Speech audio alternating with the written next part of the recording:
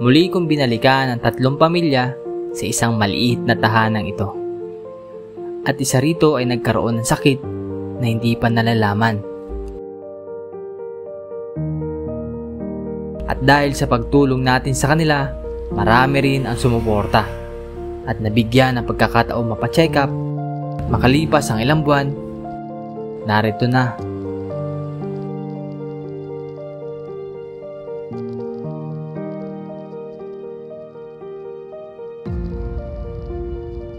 Ano nga sa mukha niyo, ate?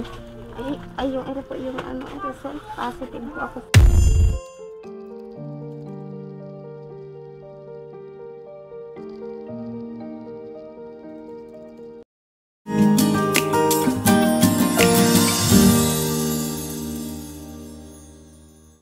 So good day sa inyo lahat. So ngayong araw po pupuntahan natin si Nanay Robilyn. Nakarang binigyan po natin ng pampacheck up niyan, sa ganun po malaman po kung anong sakit niya talaga.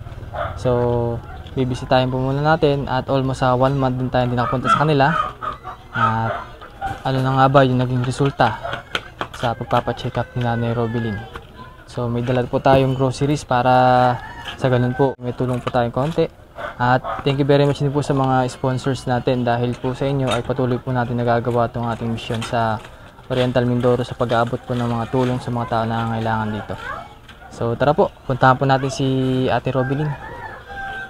Ito yung dala natin, ating groceries, bigas, pangulam.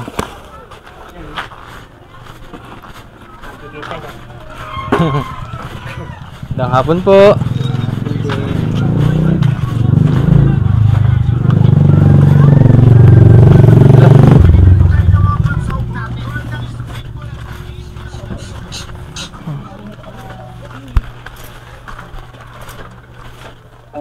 Sobra akong nagulat na makita ko ang nangyayari sa mukha ni Ate Robilyn.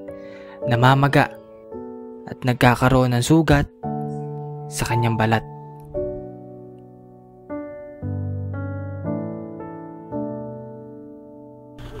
Ay, yung ito po yung result, positive po ako sa lupus.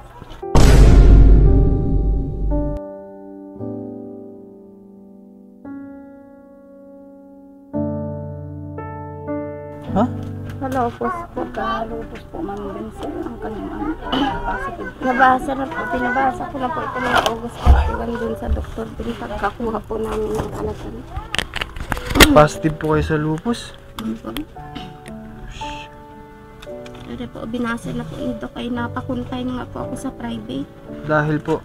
Para daw po, dapat daw po yung gamot na dun po sa kanyang sakit na yan.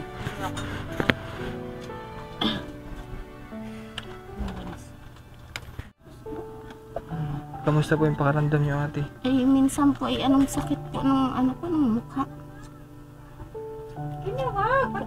Ano po? Doon sa sugat. Minsan po hindi ako makatulog sa gabi. Dahil yung isa ko po din ang laki, nabintog po ng todo pagkuan. Patingin daw po? Ano po, minsan pa inapisik ko na lang para mawala yung sakit. Ano po nilalagay yung gamot yan? Wala po na, ko po ng bayabas. Alanggasan mo? Dahil po ako yung napakonfine dun sa private po nito at para daw po malapatan po ng gamot. Confine po ng 3 days sa Grace. Pero may nireseta po sa kanyang gamot na Wala para sa po mukha? po. Ibig sabihin kailangan po talaga mo-confine siya? May po siya, may confine sa private po dyan sa Grace.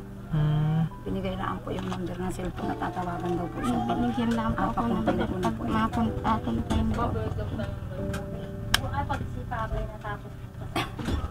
Wala akong masabi sa sakit niya, ate. Kasi mahirap yung ganyang sakit po. Yan po. Siguro yung makakapagpa-confine baka po mawala naman. Sa pagpapakonfine niyo po, ano po yung bibigay sa'yo? Turok lang din? Tuturok? Turok din. Tsaka baka po yung mga gamot din po na inumin.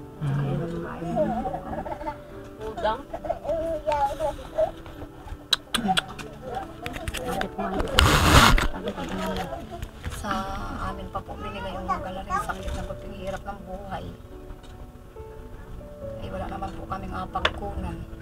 Kaya hindi ko po nga ni sir yan madala-dala sa sa private sa Grace ay ang naisip ko po nga ni ay yung pera po.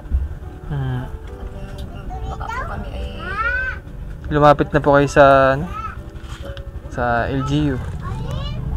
Pag naman po nagpa-confine ako, malapit po kami dun sa kay na mayor po. saka po ako Mas, ng tulong. dahil po ang minsan po inahingan ka po ng medical certificate Ah. bago ka po bigyan. Ay nakahingi na po kayo medical cert. Hindi pa po at hindi pa po ako nakakonfine. Pag nagabigay lang po yun ay pag nakapag-confine na po. Napo. Yung imalabas na po talaga. Dapat nanay nagpapakonfine na kayo para Ano po sir, sabi ko. kasi para mabigay din sa inyo yung gamot na kailangan ninyo. Tapos tayo lalapit sa LGU kung ano man po may tulong po nila. May PhilHealth naman po kayo, no? Meron po. Kailangan niyo pong trabahuin po yung ganun kasi para mabigyan kayo ng gamutan. Kasi pag pinatagal ay kailan pa po kayo kailan niyo po nalaman pa to? Noong August 31 po. August 31 pa po? Meron po ang picture. Pagkakuha po namin, tapos dinala ko agad po kinabukasan dun kay doktor po. Kabasa po niya, sabi ko na daw nga po, lupus ako. Ano po yung naramdaman niyo na nang malaman niyo na positive kayo sa lupus? Ano po, parang ako nag-isip din po at nga po ay ganun pa ang umano sa akin ay mahirap na nga po. Bago nagkasakit pa po ng ganere. Na mahirap Kahit po. na sana po walang makahayos basta. Basta po sana walang sakit. Kaya pala medyo tumaga po yung mukha niyo, ate. Dahil din po ba yan sa sakit ninyo? Dahil din po. Ano pa daw po yung mga Magasugat. simptomas? Kaya po pala yung buhok ko minsan ay nagalagas din po. Dahil yun daw po yung magasugat ang buong mukha, buong katawan. Ay naman po sa akin ay nasa mukha yun. Parang manas po yung ano nyo, nanay. Kamay nyo, hindi naman po. Hindi naman po.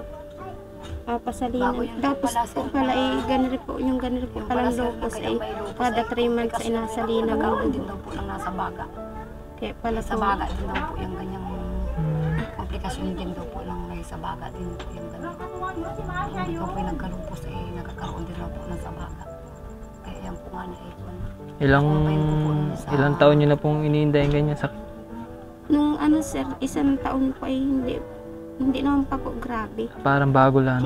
Parang mga buto lang po na nagpaga po, nagmanas naman po akong tudo nun. Tapos po nung ako'y nakumpay ng 2 sunod, nawala na po yung manas ko.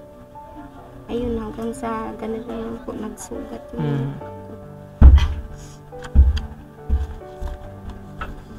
pag sa gabi nga po ang sakit, hindi ako makatulog minsan.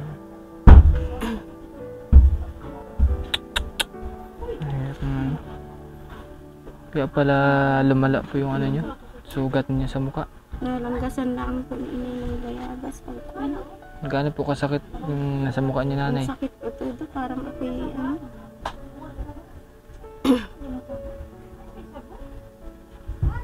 Parang paga po yung kabilang mata, nanay. Ano po, paga? Paga po. Saka yung pili din po, medyo paga.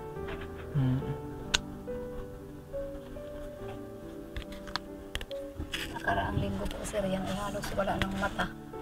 Sobra po. Talagang sobrang paga na po nung nakaraan? Sobrang paga po na hindi ako makamulat po baga. Ay pag po yung gano'n na po siya nalalanggasan ay minsan po napipisa ay nakupis po yun na kakakamulat ako. Minsan po ay hindi talaga makamulat. Ay ano daw po sabi sa inyo ng doktor? Ano po yung kinakailangan mo iwasan?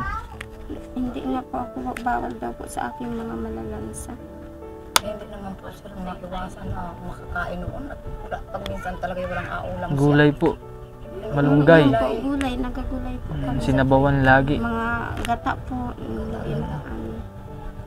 Kasi kailangan nyo pong alaga ko na lamang po yung malunggay sa tubig. Malunggay Lalagyan po po na ng lagyan lang po ng luya. Masustansya naman po yung malunggay. Yun, naganda-ganda po yung pakilasa ko pag napakain po ng mga ganap. Kailangan kumain kayo ng kumain kahit na walang gana.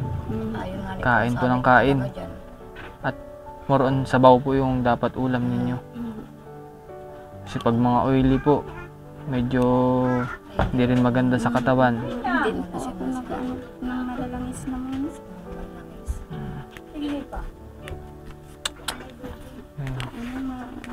So ngayon lang tayo nakabalik dito. Yung pala si ate ay positive na sa ganitong sakit.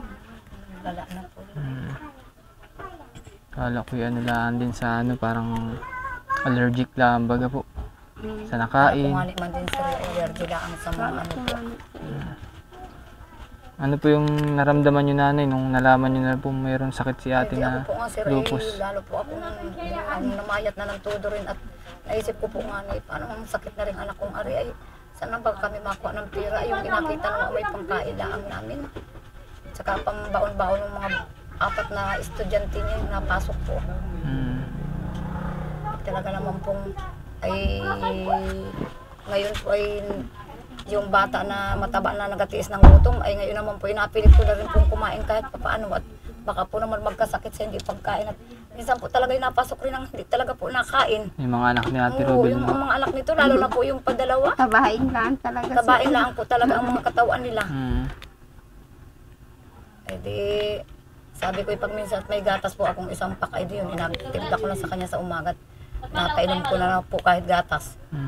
Sabi ko, Tutoy, inumin mo muna itong gatas at nagligo ka, wala ka mo lang kalaman-laman ang tiyan. Ayun, hindi nainom naman po ng bata. Tapos sa tanghali naman po, pag maawi siya, kahit paano po ako nagagulay. Nagagulay ako ng mga, limbawi ko may papaya, yan, may mga kamansi, talbos ng kamote, saka yung, ano ito, yung maliliit na dahon, malunggay. Malunggay. Yan. Kasi nandyan lang naman yung Silang mga kumain. nandyan lang naman yung mga dahon-dahon sa gilid po. Tapos pag minsan po ay may piniriton din namang tuyo. Yun. Nakasi naman po sila ng tuyo. Pagsaluhan na lang po. Saluhan na lang po namin. Eh, kamusta po si Tatay Robin po? Nagtrabaho? Ay, kung po nga yun, sir ay wala pong trabaho ngayon yun. Dahil sa 6 na araw na po. Kahapon po ay sumama Ay, lang hindi man po yung siya isa. nagatigil dito sa bahay pag wala po siyang trabaho. At siguro inaisip po niya na Paano? nung apakain po niya sa dami na rin kanyang inapagpapakain na gana rin. Ay nauwi din naman po ay minsan ay may dalang 2 kilo. Minsan po ay may dalang 200 piso. Pambili lang po yun ng pangulam nito at saka pambili po ng mga gamit sa bahay, tubig.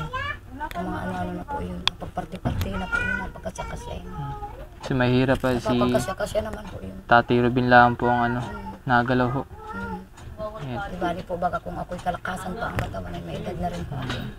Kaya So hindi na rin kakailangan ako magtrabaho. kakailangan ng tulong ng mga apo. Kailangan din pong magtrabaho ng mga apo, mga anak niyo ate ano. Kaya po Sinabi nga ko pag nga yung po, may sir, nagapatrabaho po, may sabi ko doon sa extra po panganay dyan po ay na mag-extra rin po. Pag Sabado at Linggo. May pambaon na po sila sa school. Ano po. Sa tiwala lang ate Robin na. Ay, sabi ko po, Malalampasan mo rin yung magdasalaan po ng pagsubok magdasal. mo. Bago tumulog po, magdasal. At malalampasan din natin kako yung kanyang problema. Walang imposible kung lagi tayong tatawag kay God. Ay, talaga Ito totoo po. po yun, walang imposible po. May dala po ako nanay. Para po kahit konting araw ay makatulong po sa inyo yung ating grocery. Nanay. May bigas pa po kayo, nay? Kung hindi na yung pangalan yung madam na yun, nagbigay sa akin ng tulong. Ay, yung si Madam Anonymous. Yung oo, yun nga ni po ay yung perang pinagpa-check up ko sa kanya sa Maria Estrella. Talagang hindi po namin talaga pinakabawas-bawas. Nagsabi ko para po maipatest lahat yung kanyang sakit. Naku, nang naalaman ko naman pong nag-positive na gano'n eh. Nag-isip Kay na rin Ma'am- po ako. Kay Ma'am Anonymous from USA po. Yun po talagang tinago kong maigi yung pera na yun. Ay, naghahingi po yung mga bata ng pang ano-ano po sa itulong natin bawasan ito. Si mama mo munang aunahin natin at si mama mo ay delikado kapag ari lumala. Ako, bago naman po nung halos man din po sir kami umuwi ay alas 9 na ng gabi.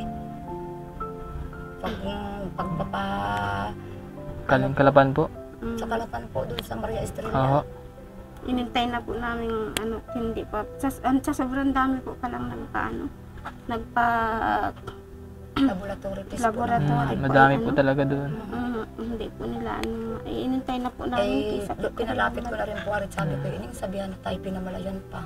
So yun, nanay, hihingi ko kayo ng tulong sa mga kababayan natin na nanonood ngayon, no? At yun nga po, sa mga nais pong magpatid po ng tulong para kay Nanay Robilin, sa pamilya niya at sa pangailangan niya gamutan, mag-message lang po kayo sa Ren Vlogs, yung nakita niyo po sa screen, at any amount po ay malaking tulong po yun para kay Ate Robilin at sa panggamutan niya.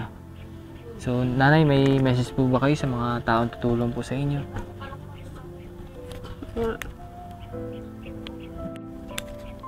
Salita lang po. Pinabablang ko sir minsan yung utak ko eh. Minsan po parang nawala yung utak ko. Parang sintomas na rin po ba ng ano yan? May ako ng tulong sa mga Kausap ko minsan hindi man po pinapansin. Ako minsan ay inatawag ko, hindi man po pinapakinggan. Parang may nagbabago po sa kanya. Parang may nagbabago po. Sa umaga po ako hindi namin gisingin at ang sabi po kapag hindi raw po namin pinagigising ay magkakaroon daw po yan ng yung hindi na nagigising. nakomatos na yun. Comatose? Na po. Kaya dami Possible daw po na maging ganun si ate. Pag po hindi agad ako yung Kaya nagising naman dito sa umaga, Kaya po inasilip ko pa po sa pala, gabi. sir, minsan ay hindi po talaga ako magising. Pag ako po ay natatanghalian sa higaan ng mga alas 9 po at mga alas 10, yung may time po Alas hindi 10 na ako hindi pa magising. nakabangon. Yun nga po yung dating ako yung nagtigas na. Yung, Ay minsan po, edi alas 10 na po yung po nga, na hindi pa napanood nabangon. ng mga pinsang ko, nag-search sila sa cellphone ko, yung Ay may pagising ko locus. po ay Maaari ka lampasan po ang pala tingin sa talagang akin. hindi Yung pala masip gutom na. magising po. Ganun po pala yun. Ganun Buti na daw apat may po. nakapagsabi sa akin. Ay Paano ginising niyo ko po po na- man din ay kunay, lampasan na sa akin ang tingin at nagawiri-wiri na po ang tingin sa akin at nagaganyan-ganyan na po ang mata. Yung po pala ay gutom na. Ay sabi ko, Diyos ko po. Ay di, naku, buti na yung mga anak ay nandini sa piling ko. Ay Sabi sa buti akin, ng mag-init ng pinsang ko tubig. yun si Ate Felicia. Karen po. Si mama mo ay apakainin ko agad. Sabi, Ening, kayo pala ikaw nagakwento na hindi ka magising minsan ay. Yun pala ganun talaga dahil yung napanood po nila ay halos na comatose. Kung po pala hindi ginising ay hinayaan ay maaaring Baka makomatose. hindi man magising kaya. Sa gabi po nga ni Panay, nasilip ko. Panay Ah, na, Lipon. bago ako tumulog, nasilip ko po. Pag ako'y napapaihi po, nasilip ko din. So wala po kayong iniinom na gamot ngayon? Wala po. Vitamins po? Yung Wala. lang po, peras lang po. Pero Vitamins po. Pero yung sa akin po yung nakaiwan. kailangan po confine po talaga. Kailangan po Yun nga po, Nanay, may message po ba kayo sa mga taong tutulong po sa inyo, Nanay? yung nais pong tumulong po, humihingi po ako ng tulong. Kaunting tulong po para po ako'y makapagpagamot. At pinapakumpayan ka pa. At inapakonfine po ako ng 3 days May lapatan ka ng kamot. para po ako'y malapatan ng gamot. Dun po sa mga tumulong sa akin, si Ma'am Anonymous from USA. Maraming salamat po kay Ma'am Betty po. Kung hindi po dahil sa inyo, baka hanggang ngayon po hindi pa po ako nakakapagpa-test pa. Maraming salamat po. God bless po. So, Nanay, tiwala lang po kay Lord. Lagi po mag-pray, no? Bago matulog, pag nagising, magpasalamat ulit. Kung ano man po yung nangyayaring maliit sa atin, ay magpasalamat po lagi kay Lord. Oo po. Kasi yung minsan kasi yung malang maliliit na nangyayari sa buhay natin, yung pinaka-blessings ni Lord, hindi natin nakikita minsan. Yung paggising natin, nakakausap natin si nanay na malakas. Nakakain tayo kahit tuyo. Maging thankful tayo kasi blessed tayo ni Lord ngayong araw. Ano po? Sana dumating yung oras na gumaling po kayo, Nanay, na? sana nanay makatulong po yung ating dalang aming dalang bigas at pang-ulam. Opo. Sobra. Sa tumulong po, sa nagbigay po nito po. Kami po ay nakakaraos na rin na naman po ngayong araw na ito sa maghapon at talagang wala po talaga kami kahawak-hawak sir ngayon kahit isang sentimo. Walang trabaho po nga ni yung ama. Ay, hindi ko naman po inarindi ang ulo at naawa din po ako dun sa asawa ko. Siyempre naman po ilang pamilya naman po talaga kami din sa loob ng bahay. Kaya nga po. So ibig sabihin nanay, wala pa kayong ulam mamayang gabi? Wala pa po. Talaga. Wala pa po. Kahit po bigas, antayin pa po namin yung ama nito. Sakto pala yung dating ko din nanay. Kami nagsaing po ng alas 9, alas 8. Sakto din at meron tayong dalang bigas at pang-ulam niyo po dyan. Opo. Salamat po. At kami po ay makakakuna. Hindi na po kami mag-aisip kung saan pa kami makakuha ng hapunanin. Kaya naisip ko po kanina, ay daanan ko talaga si Ate Robelyn para ma-update po. Pero yun nga po, naabutan ko na wala din kayong pangsahing, pang-ulam. Eh, sakto po yung dala natin. So, yun nga po yung mga unexpected moment na ito, katulad po nito, walang pangsahing, walang pang-ulam. Mabuti na lang po at nadala natin sila. At yun nga po, sa mga nais pong order ng t-shirt natin, malaking tulong po yun sa mga tao na nangangailangan kasi yung kikitain po doon pantutulong din po natin sa katulad ni Ate Robelyn, mga ating mga tinutulungan po. At muli po nagpapasalamat po ako sa inyong suporta sa Ren Vlogs at patuloy niyo pong suportahan yung ating pag-vlog dito. Sa ganun po ay mas marami po tayong matulungan po. So thank you very much po sa inyong panonood. At this is Ren Vlogs. Peace out po. Maraming salamat po. Maraming salamat po. Salamat po. Thank you din po at magandang hapon.